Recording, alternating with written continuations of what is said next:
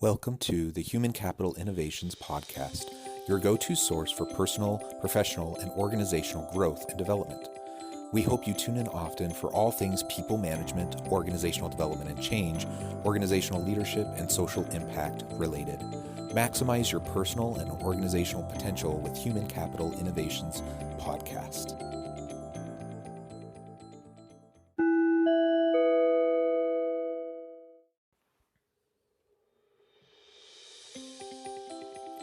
Welcome to the Human Capital Innovations Podcast. In this HCI podcast episode, I welcome in the new year by sharing and discussing the article from digitalhrtech.com titled Top 10 HR Trends for 2021 and Beyond.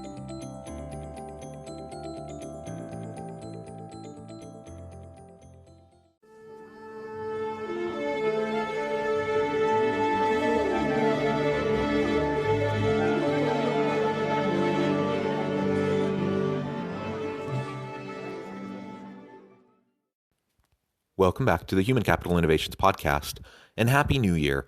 I hope all of you enjoyed time with friends and family, with appropriate social distancing, of course, to celebrate and ring in the new year. I know it was a little bit different for me and my family yesterday as we celebrated on New Year's Eve, and it really was just us, but we enjoyed a family game and a family movie and lots of treats, and we had a great time. I hope that each of you were able to similarly do something within the constraints that we're in to celebrate and ring out the old year and bring in the new.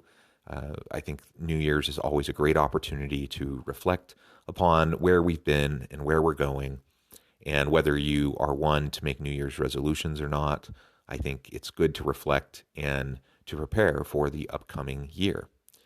Today, I just wanted to ring in the new year by sharing and discussing the article from digitalhrtech.com titled Top 10 HR Trends for 2021 and Beyond.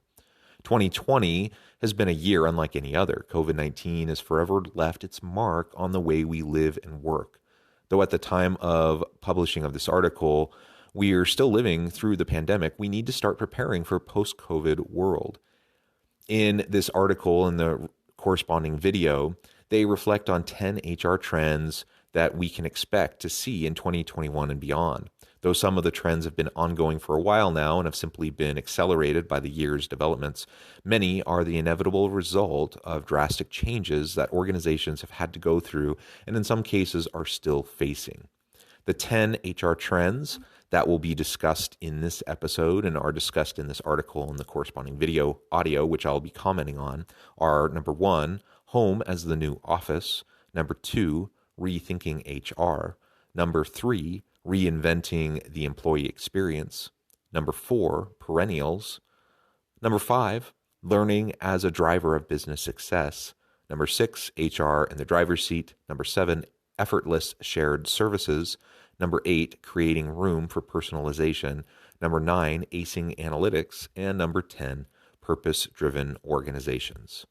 I agree wholeheartedly with this list. I think it is very insightful, and I look forward to sharing some of my thoughts in relation to what is shared in the video clips that I will be presenting to you here in just a moment.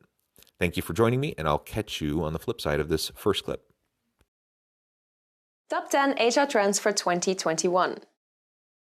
Hi there, and welcome to this HR Trends video. At the Academy to Innovate HR, we interact on a daily basis with hundreds of HR professionals. Based on our interactions, we have created our top 10 HR trends for 2021. Some of these trends are the inevitable result of drastic changes that organizations had to go through during the pandemic. Others are more long-term developments in the HR space. Each will, however, create a lasting impact on how we manage people and how we work as a partner of the business. I'm excited to get started, so if you're ready, I'd say let's dive in. Home as the new office. One of the most visible changes in 2020 was the global overnight shift to remote work for much of the workforce. In recent years, many of us have been getting used to working from home, but only few organizations were really ready to go fully remote in a matter of days. We believe that working from home or anywhere else once social distance measures are lifted will remain an important part of how we work. Companies like Twitter, Square and Capital One recently announced that working from home is there to stay, even post-COVID. Microsoft has also unveiled plans to adopt a hybrid workplace, which offers employees greater flexibility once the pandemic subsides. Work from home arrangements have become incredibly common during this year of the COVID pandemic. As was mentioned in the clip, this is not necessarily new. People have been working from home and working with virtual arrangements for a long time. But the level and scale at which people started working from home during the pandemic was unprecedented. And the question is, now that we've experienced it, now that we've had the growing pains associated with it, and we've more or less figured it out, and organizations have learned how to make it work effectively, will we go back? Will we go back to the traditional workplace? Will we maintain a largely virtual work from home kind of workforce? Or will there be some sort of a hybrid approach? And the fact of the matter is, I'm sure there will be organizations that do all three. But I do think that the hybrid approach will become far more common. In my own research, I've found that to be true. I've recently published an article on HR.com where we interviewed about 600 different professionals, most of which were in the UK and the US. And the vast majority of them said that they preferred working in a hybrid environment where they could have the work from home virtual flexibility while also still being able to go into the office 1 or 2 days a week to see people, hold meetings, and really have the best of both worlds. So I truly expect for us to see the pendulum swing a little bit further back towards hybrid and more work in the office kind of situations, but we're going to be much further on that other end of the spectrum than we were pre-pandemic. And I think ultimately that's a good thing. Rethinking HR. A logical consequence of the increase in at-home workers, apart from a spike in office furniture sales and Zoom accounts, is the push for HR to rethink many of its practices. Activities like recruiting, onboarding, performance management, and even firing decisions have relied on in-person conversations. HR needs to reinvent current practices to effectively deal with these situations in a digital world. More fundamentally, the way we have designed and structured our organization will have to change. Many companies have already made use of online tools to foster a culture of togetherness, despite the physical distance. Virtual happy hours have started to replace after-work socializing. Regular departmental check-ins have become increasingly important. In the coming year, we may see companies beginning to test additional virtual, structured experiences to simulate the camaraderie and exploration that was once only possible organically. I think HR has been in the situation where they've needed to reinvent themselves for quite a long time. And really, as noted in the first clip, the pandemic really just accelerated the process at which we started to embrace these kinds of shifts. So the reinvention that needs to occur, that's been present for at least the last decade. HR becoming more strategic, becoming a more vocal partner at the table where decisions are made in the C-suite, HR embracing things like employee analytics and other such topics, some of which are actually explored further down this list. Ultimately, HR has needed to reinvent itself for a while, and many organizations, the most progressive organizations, have been doing just that. But this pandemic has put us in a situation where we're forced to just rethink how we handle things and challenge our old assumptions. And I mean, some of it's just like really basic day-to-day tactical things that we have to figure out. How do I fire someone if I'm not with them face to face? How do I do performance reviews? How do I have feedback and coaching discussions? And can we do that just as effectively in a virtual Zoom meeting as we could if we're in the office together? These are all the types of conversations that we need to be having and thinking strategically about how to do these things effectively and to track how things are going. So actually have some objectives on the forefront and then assess and see what's working, what's not working. That's what HR needs to do. Reinvent itself, make sure it's relevant, and embrace the opportunity that is in place right now to become an even more impactful part of the business. Reinventing the employee experience. The differences between joining an organization pre-COVID and during COVID are huge. You have remote interviews, at-home assessments, virtual get-to-know meetings, and no informal coffee or smoke breaks that help people connect. HR will have to redesign the employee journey and measure the virtual employee experience. Elements like work-life balance, well-being, connection, and collaboration will be crucial both for employee satisfaction and for the optimization of business outcomes. Just as companies will continue experimenting with more informal ways of team building and socialization, we may also see more formalized online connections and partnerships being piloted at companies all over the world. For example, conferences now offer networking opportunities online. Organizations could use virtual job shadowing for new hires over Zoom, or participate in rotating online buddy systems which help people connect and stay engaged. Such initiatives go a long way in reminding employees that they are not simply working in a vacuum, alone at their desk, but are part of a greater team. One of the elements of HR that needs to be reinvented is how we handle the employee experience, all the way from recruitment and the selection process, interviewing and onboarding, through ongoing training and development of the employees and providing other employee services. And, do we employ a self-service center? How do employees get the help they need if there's not an HR department they can go walk into? Do they just have to set up a Zoom meeting? Do they just make a phone call? Is there just online tech support for the service center? What does the employee experience look like? What do we want it to look like moving into the future?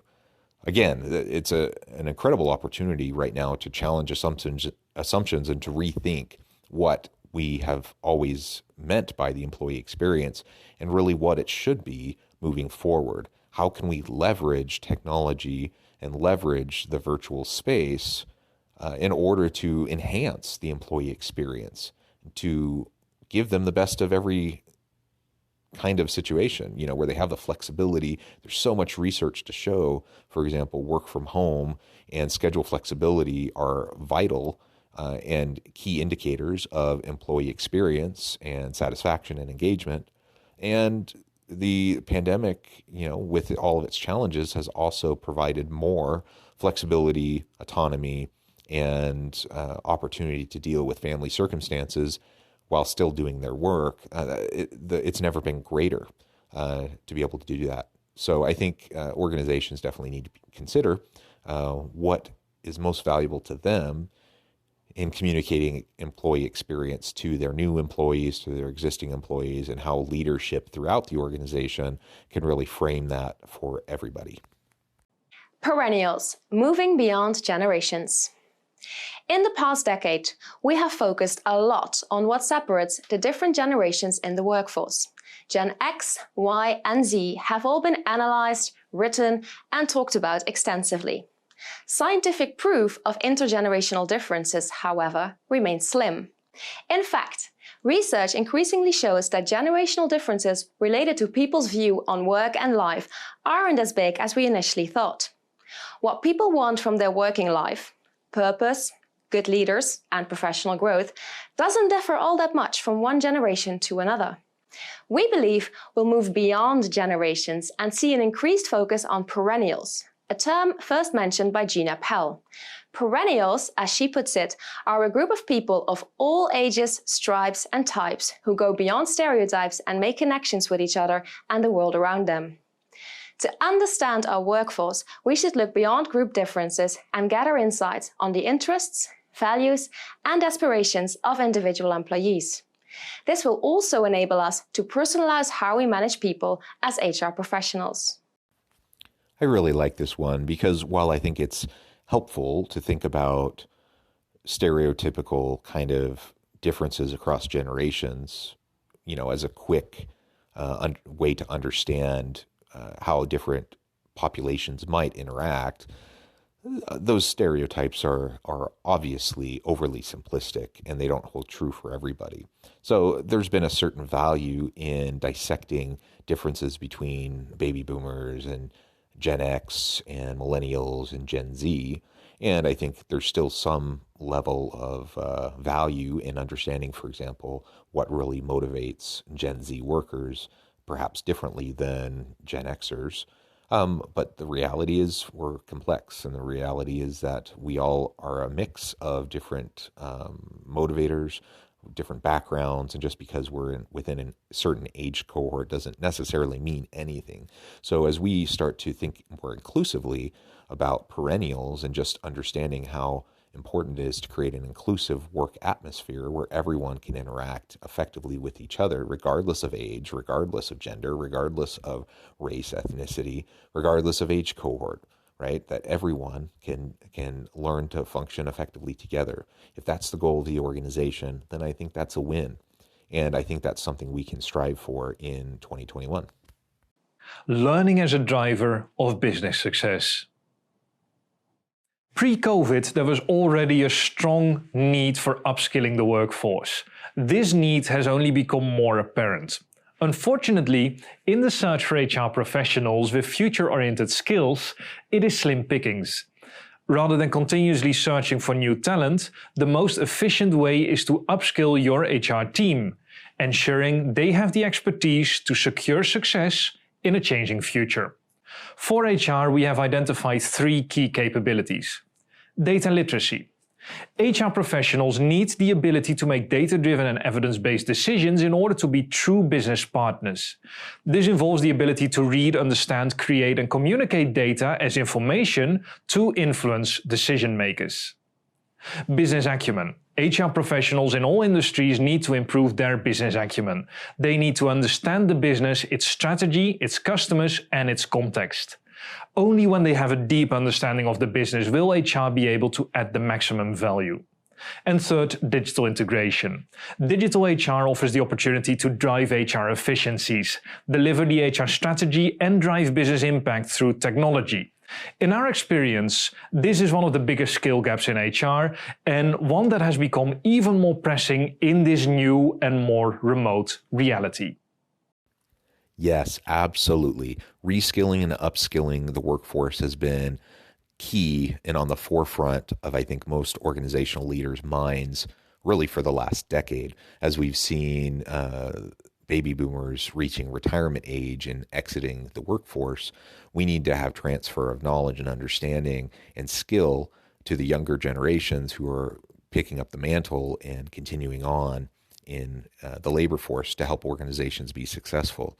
But there's also just all of the new disruptive technologies, and so many of the jobs of yesterday won't continue to exist tomorrow, or they'll be reshaped and reframed, and they'll require new skills. So organizations need to learn how to reskill and upskill their people, and ultimately we just need to learn to have a learning organization. We need to have a culture of continuous learning, a culture of growth and continuous stretching of our own capabilities.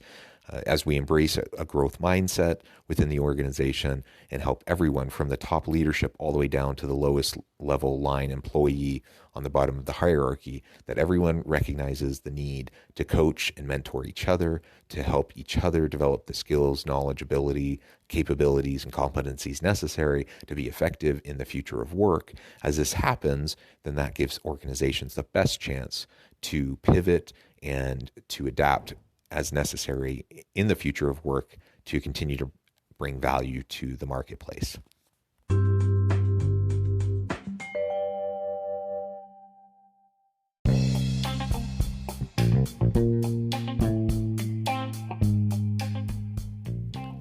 I'm excited to announce the publication of my new book from HCI Press, The Alchemy of Truly Remarkable Leadership: Ordinary, Everyday Actions that Produce Extraordinary Results.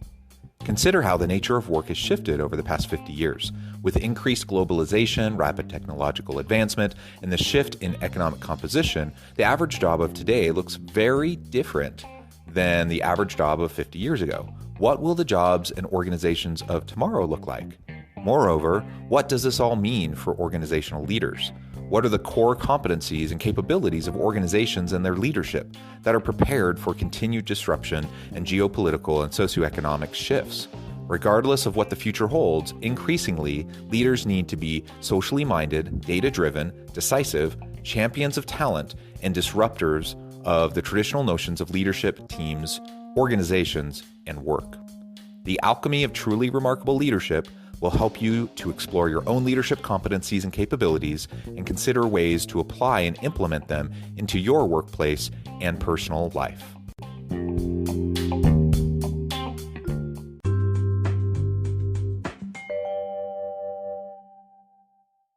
HR in the driver's seat.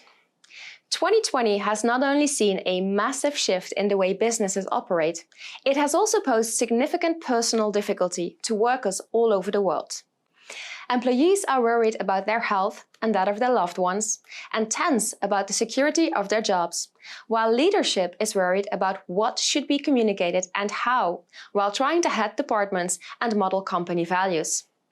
In the midst of all this chaos, HR has been on the front line, facilitating employees, handling business requirements, managing concerns and questions of their employees, supporting them, and focusing on people's mental and emotional well-being. Being at the center of the crisis is a big responsibility for any HR department. In order to succeed in the driver's seat and maintain its newfound position into 2021, that means leading and accelerating the infamous digital transformation that's been an HR trend for years now. The pandemic has definitely highlighted the necessity of effective HR to communicate company policies, to lead on people strategy throughout the organization. And so as we've considered the shifts to leveraging human capital that may have occurred in 2020 due to the pandemic, HR has been on the front lines to try to do that effectively, to pivot and communicate shifts in strategy from the top leadership down to every employee to help organizations foster a healthy environment where employees' well-being and all facets, all elements, from their mental and emotional well-being to their employee performance and the ability to continue to work effectively in teams even when they're working remotely. HR has played a top role, and I think the pandemic has just highlighted how important HR has been and really should have been all along, and sometimes has taken a back seat to some of the other functional areas of a business. But no longer. I think this has really demonstrated the importance, and hopefully HR leaders across the world and across organizations can step up to the challenge of really making sure that once things get past the pandemic, that HR doesn't lose ground in terms of the important role that it has been shown to take within organizations.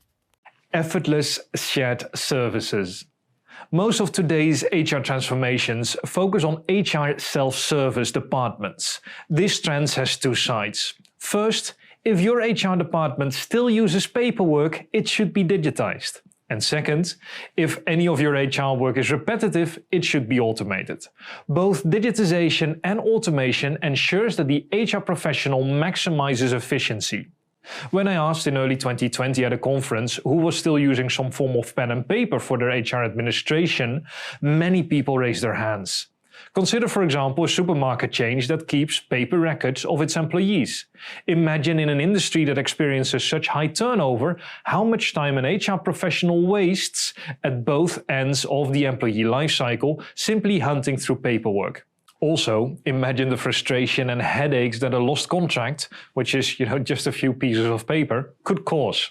There is no better time to make the necessary transition to effortless shared services than today.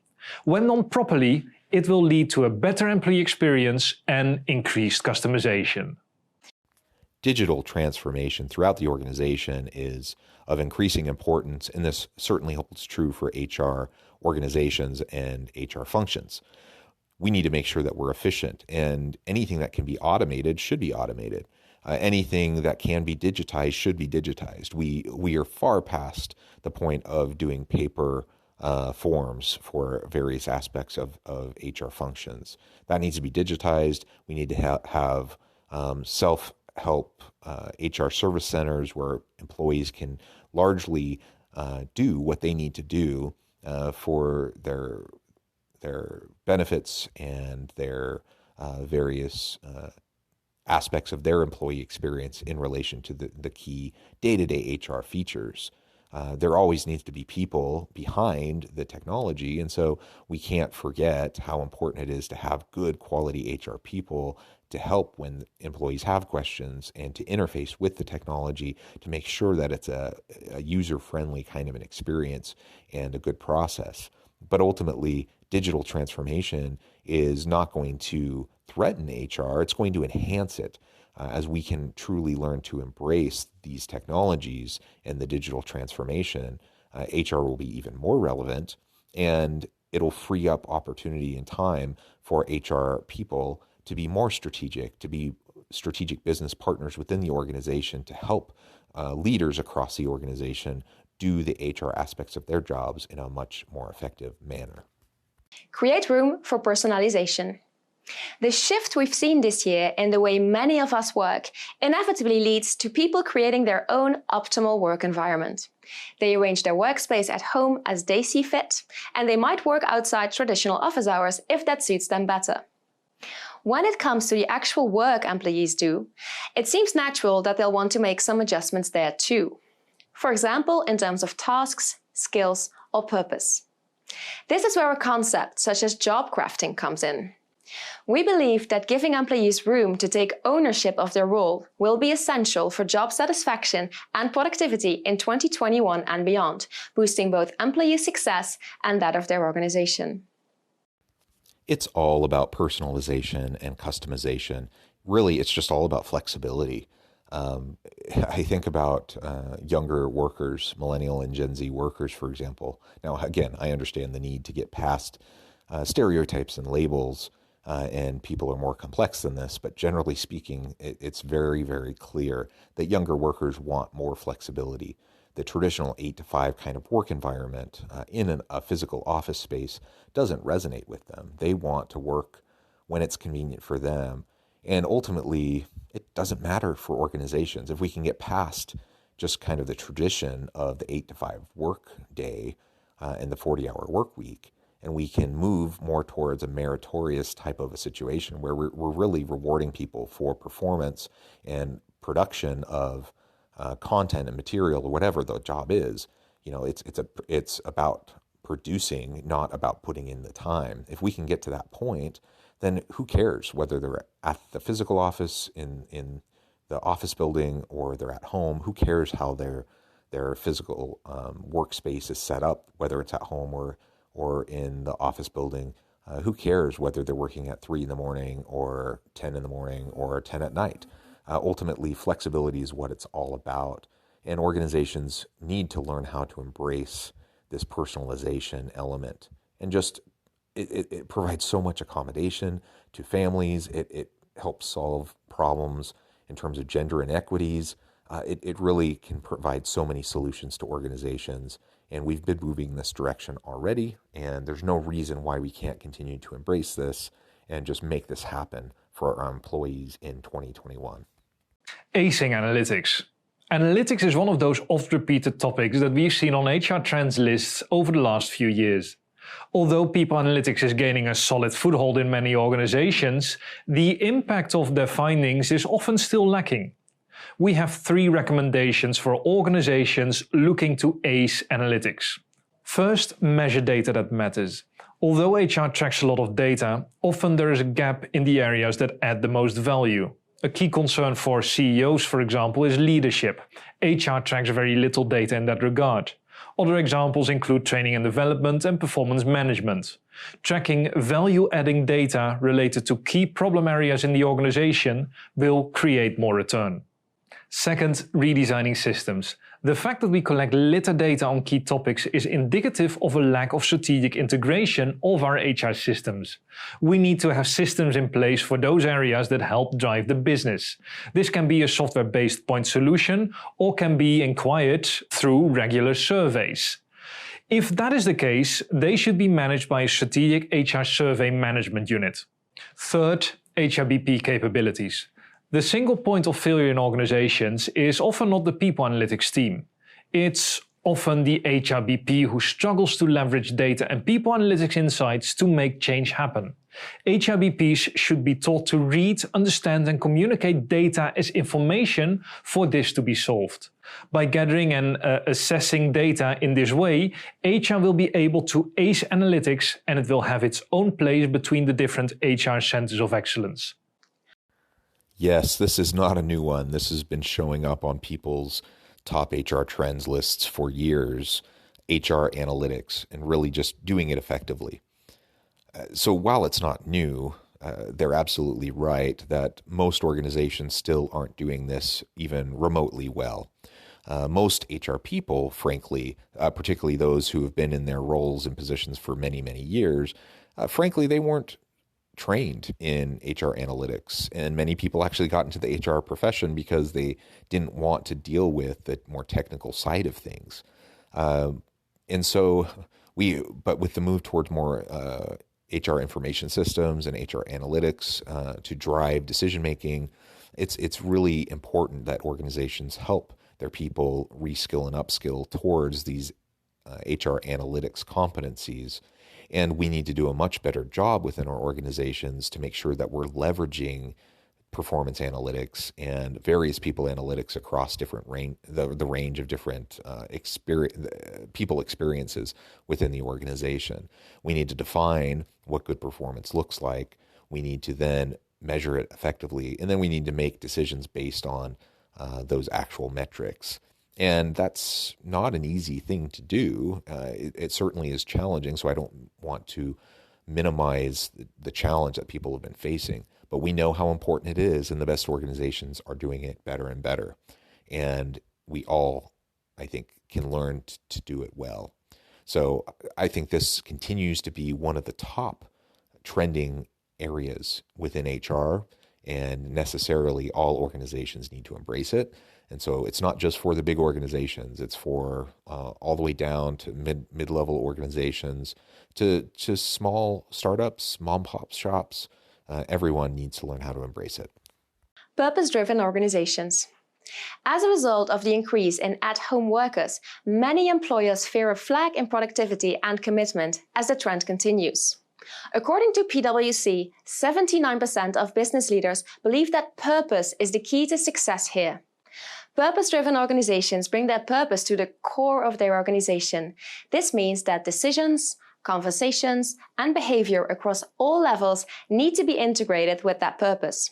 A great example is Barry Waymiller, a global supplier of manufacturing technology and services, led by Bob Chapman.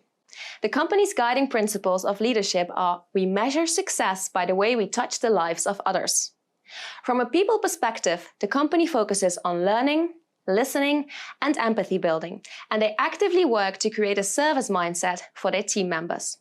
Other interventions include value-based recruitment. Organizations that do this assess to what degree the values of a candidate align with their organizational values. HR professionals play an important role in integrating these practices and in continuously reinforcing them.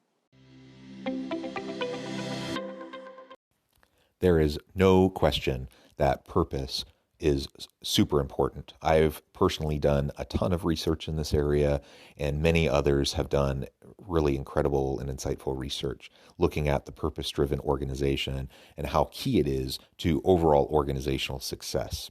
And while this has always been important, it's as important as it has ever been during this pandemic, because people are more remote, people are more socially distanced and separated, and people need to find meaning and purpose in what they're doing. And sometimes that can be a little bit harder to do when you're not in a physical workspace where you can feel the energy of your coworkers, where you can see the symbols of the business. And, you know, if the organization has a great mission and a great vision, and they do really great work in the community, and they're a social enterprise doing making a real important social impact in the world, you know, sometimes those elements won't always automatically translate over well into a work from home virtual kind of work environment where people are separate. And so it's important to get past those kind of organizational level purposes. Those are important, don't get me wrong. We still need to continue to have good mission and vision statements. I'm all about social enterprise and about social impact work within organizations. That's all important. And that can still happen at the organizational level. And we can learn how to do that more effectively down the line, even with a virtual workforce. But the research also shows that we need to tap into the individual purpose of each employee. Each employee has their own driving purpose. They have their own reasons for being in their profession, working for that particular organization. We need to learn what those really driving motivators are, what their key purpose is, tap into it, and then help support them in really living that purpose and carrying that out in their work at least a little bit each and every day. Now, all of us do things in our jobs that we probably don't love. So I'm not saying we need to create jobs that only people love every second of their job every day. That's kind of silly. But we certainly can tap better into individualized purpose of each person. I think that's something that we've known for a long time, and some organizations have done better at it than others. Now that we're working in remote kind of work from home environments even more, it has greater importance. Really, I think this list of top 10 trends to see in 2021 and beyond is really apt. I think it summarizes well what we've seen in terms of shifts over the past year and even last several years, and helps us think about how things are going to continue to shift and pivot moving into the future. So I see these 10 trends going well beyond just 2021. Really over the next 5-10 years, we're going to continue to see this.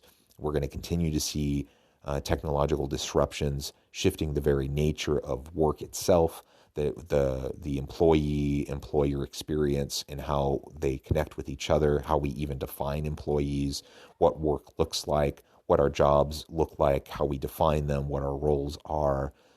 All of these elements are going to continue to shift, and it's up to organizations to figure out how to navigate that. And I think that's our tremendous opportunity moving into 2021. As always, thank you for joining me for this episode of the Human Capital Innovations Podcast. It's a pleasure being with you again today, and I hope you're enjoying the new year. As always, I hope you stay healthy and safe, that you can find meaning and purpose at work each and every day, and I hope you have a great week.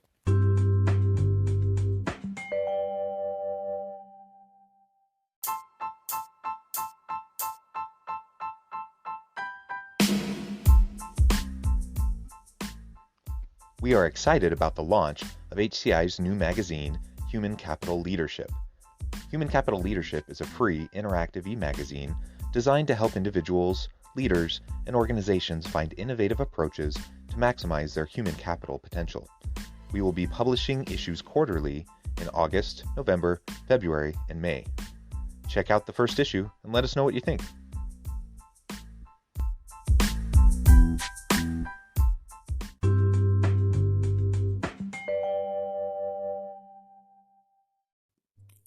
Thanks again for joining us for this episode of the Human Capital Innovations Podcast. I hope you stay healthy and safe and that you have a great week.